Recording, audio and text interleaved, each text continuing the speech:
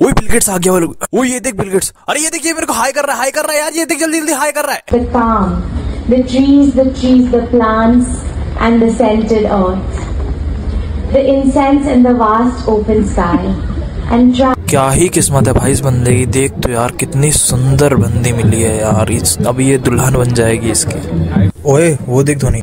चूतिया सारे गरीबों की तरह ओवर रिएक्ट मत कर, वरना हमको सच में गरीब समझ के बाहर फेंक देंगे। अमीर बनने की एक्टिंग कर चुपचाप।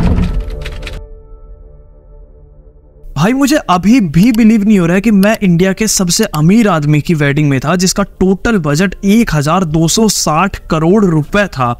It was one of the most expensive wedding in India. Like I can't believe, वो भी बिना बुलाए।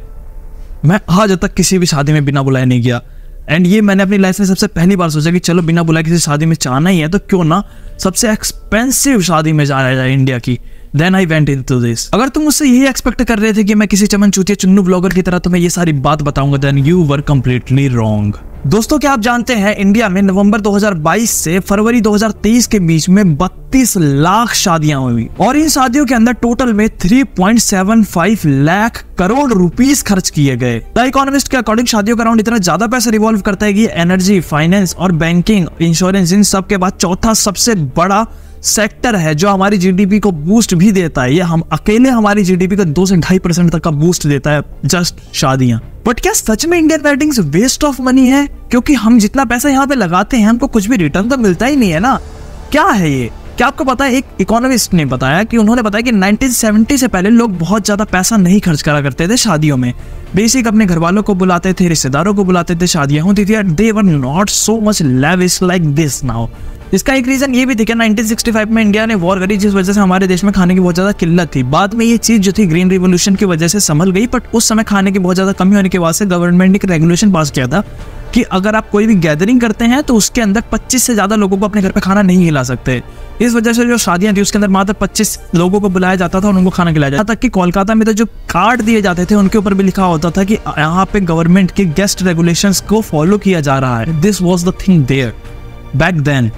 बट उसके बाद क्या हुआ, हमारे पास जैसे जैसे ग्रीन रेवोल्यूशन बढ़ता गया तो ये खाने की कमी कम हो गई। एंड फिर 70 से लेकर 90s के बीच में इंडिया ने इकोनॉमिक ग्रोथ पकड़ी, ऐसी ग्रोथ पकड़ी जिसके बाद लोगों की परचेजिंग पावर बहुत ज्यादा बढ़ी एंड लोगों के पास पैसा आने लगा। और जब लोगों के पास पैसा आने लगा तो उन्होंने सोचा क्यों ना हम अपनी शादी इस पे और पैसा खर्च करें, because this is the once in a lifetime event. ये चीज उनके दिमाग में थी, but this was not the sole factor that you need to remind thing. आपको क्या लगता है कि सिर्फ पैसा आना ही एक रीजन है खर्च करने के लिए? ऑब्वियसली नहीं यार, एक रीजन है बॉलीवुड मूवीज। जब बॉलीवुड मूवीज थी इनके अंदर जैसे हम साथ साथ हैं और बहुत सी मूवीज आई जिनके अंदर शादी को बहुत ज्यादा बढ़ा चढ़ा के दिखाया गया। जब सिनेमा में शादियों को इतना ज्यादा लेविश तरीके से दिखाया जाने लगा तो उसी का रिजल्ट था कि हमारी सोसाइटी के ऊपर भी इसका इम्पैक्ट पड़ा और लोगों ने उसको अपनी असल जिंदगी में उतारना चालू कर दिया। एंड ये चीजें आप आजकल भी अपने आसपास देख सकते हो। एंड उसके बाद एंट्री होती है सोशल मीडिया की।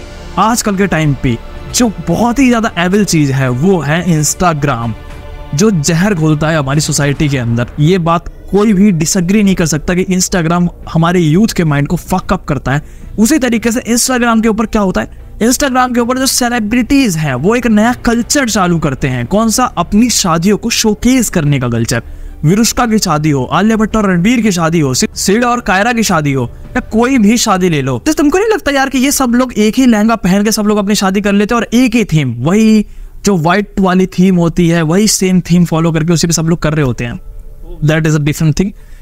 मैं आपको क्या बताना चाहता था, मैं ये बताना चाहता हूँ कि जब इंस्टाग्राम के ऊपर ये लेविश लाइफस्टाइल एंड ये सारी चीजें दिखाई जाने लगी एंड ये शादियों को इतना ज्यादा दिखाया जाने लगा इस तरीके से, तो एक नई इंडस्ट्री का जन्म हुआ एंड वो इंडस्ट्री बहुत ही अच्छे से चल रही है। प्री वेडिंग शूट्स पहले कहाँ होते थे? नहीं होते थे। अब के टाइम पे आप देखो लोग ऐसे डेस्टिनेशंस पे जाते हैं, ऐसी जगह पे जाते हैं, अपनी शादियों को लोग इंस्टाग्रामेबल बनाना चाहते हैं कि लाइक वो अपने इंस्टाग्राम पे अपनी शादियों को शेयर कर सके। जो व्लॉगर्स हैं ये शादियों को ऐसा दिखाते हैं, मतलब you all know what's all going on in our society. कहीं ना कहीं ये सारे फैक्टर्स मिलकर पुश करते हैं कि एजेंडा को भी why our Indian marriages are getting so much expensive nowadays. जैसे अंबानी जी वाली जो शादी है, ये क्या करते हैं, जब शादी बहुत महंगी होती है कहीं ना कहीं ये सोशल स्टेटस को भी दिखाता है। जितनी महंगी शादी उतना ऊंचा सोशल स्टेटस।